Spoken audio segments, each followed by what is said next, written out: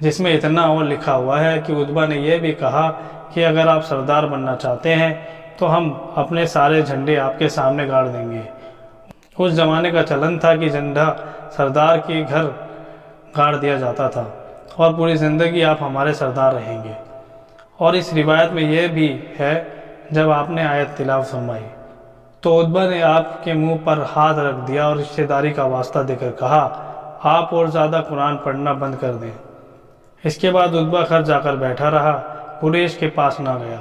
تو ابو جہل نے کہا اللہ کی قسم اے قریش، ہمیں تو یہی نظر آ رہا ہے کہ عتبہ محمد کی اور جھک گیا اور اسے محمد کا کھانا پسند آ گیا، اور یہ اس نے اس وجہ سے کیا کہ وہ غریب ہو گیا ہے، چلو ہم اس کے پاس چلتے ہیں۔ چنانچہ سب عتبہ کے پاس پہنچے تو ابو جہل نے کہا او عتبہ، اللہ کی قسم ہم تمہارے پاس اس وجہ سے آئے ہیں کہ تم محمد کی اور جھک گئے ہو اور تمہیں ان کی بات پسند آ گئی ہے۔ اگر تمہیں مال کی ضرورت ہے تو ہمیں تمہیں اتنا مال جمع کرا دیں گے کہ تمہیں محمد کا کھانا کھانے کی ضرورت نہیں رہے گی۔ اس بات پر عتبہ بگڑ گئے اور اس نے خدا کی قسم کھا کر کہا وہ کبھی محمد سے بات نہیں کرے گا۔ کہا کہ تم لوگوں کو اچھی طرح معلوم ہے میں قریش کے سب سے زیادہ مالدار لوگوں میں سے ہوں، لیکن بات یہ ہے کہ میں محمد کے پاس گیا تھا۔ پھر عتبہ نے پوری بات تفصیل سے بتائی۔ اللہ کی قسم محمد نے میری بات کا ایسا جواب دیا جو نہ جادو، نہ شاعری اور نہ کہانت، اور محمد نے یہ آیتیں پڑھ کر سنائی تو میں نے ان کے منہ پر ہاتھ رکھ دیا اور ان کو رشتہ داری کا واسطہ دے کر کہا وہ سب بند کر دے، اور تم جانتے ہو محمد جب کوئی بات کہتے ہیں وہ غلط نہیں ہوتی، تو مجھے ڈر ہوا کہ تم پر کہیں عذاب نہ اتر آئے۔ حضرت ابن عمر رضی اللہ عنہ فرماتے ہیں کہ قریش حضور صلی اللہ علیہ وسلم کے بارے میں مشورہ کرنے کے لیے جمع ہوئے اور آپ مسجد میں بیٹھے ہوئے تھے تو خود عتبہ بن ربیعہ نے قریش سے کہا مجھے اجازت دو میں محمد سے جا کر بات کروں، مجھے امید ہے کہ میں تم لوگوں کے مقابلے میں ان سے زیادہ نرم بات کر لوں گا۔ عتبہ وہاں سے اٹھ کر آپ کے پاس آ کر بیٹھ گئے، کہنے لگے اے میرے بھتیجے، میں سمجھتا ہوں کہ آپ ہم سب سے بہترین گھر والے، سب سے زیادہ رتبے والے ہیں، لیکن آپ نے اپنی قوم کو ایسی مصیبت میں ڈال دیا ہے کہ کسی نے اپنی قوم کو ایسی مصیبت میں نہ ڈالا۔ اگر اس کام میں آپ مال جمع کرنا چاہتے ہیں تو آپ کی قوم اس بات کی ذمہ دار ہے کہ وہ آپ کو اتنا مال جمع کر کے دے کہ آپ ہم سے سب سے زیادہ مالدار ہو جائیں گے، اور اگر آپ سرداری حاصل کرنا چاہتے ہیں تو ہم آپ کو اپنا سردار بنا لیں گے، آپ کی قوم میں سب سے بڑا کوئی سردار نہ ہوگا اور ہم آپ کے بنا کوئی فیصلہ نہیں کریں گے۔ اور یہ سب کچھ جنات کے ایسے اثر کی وجہ سے ہے جسے آپ اپنے خود ختم نہیں کر سکتے جب تک آپ اس کو اور زیادہ علاج میں مجبور نہیں کر دیں گے۔ ہم آپ کا علاج کرانے کے لیے اپنے خزانے خرچ کرتے رہیں گے، اگر آپ بادشاہ بننا چاہتے ہیں تو ہم آپ کو اپنا بادشاہ بنا لیتے ہیں۔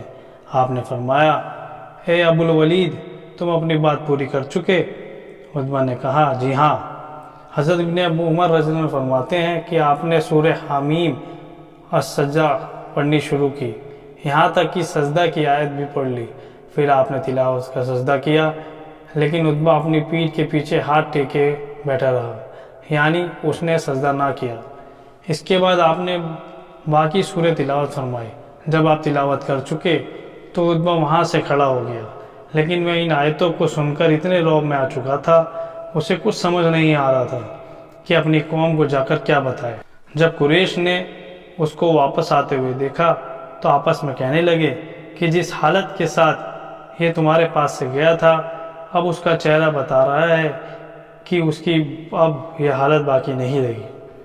عتبہ ان کے پاس آ کر بیٹھ گیا اور کہنے لگا اے قریش کے لوگوں، میں نے ان کو وہ تمام باتیں کہہ دی جن کا تم نے مجھ کو حکم دیا تھا، یہاں تک کہ جب میں اپنی بات پوری کر چکا تو اس نے مجھے ایک کلمہ سنایا کہ اللہ کی قسم میرے کانوں میں ویسا کلام کبھی نہیں سنا۔